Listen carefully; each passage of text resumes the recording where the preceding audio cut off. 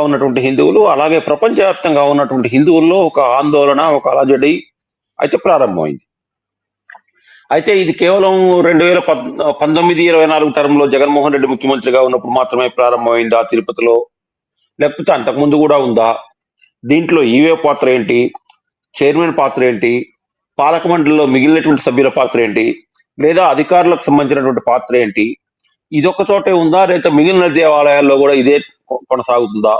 లేదు అందరూ సోషల్ మీడియాలో చర్చ చేస్తున్నట్టుగా 2019 నుంచి 24 వరకు మధ్యలో జగన్మోహన్ రెడ్డి అంటే ఐ మీన్ ఆయన నేపథ్యం క్రైస్తవ నేపథ్యంలో ఉన్నటువంటి వ్యక్తిగా అతను ఒక స్లో పాయిజన్ గా హిందూ ధర్మాన్ని మీద దాడి చేయడం కోసం ఈ రకమైనటువంటి ప్రయత్నం చేశాడా అనేటువంటి ఈ నిజాలన్నీ నిగ్గు తేరాల్సినటువంటి అవసరం ఉంది.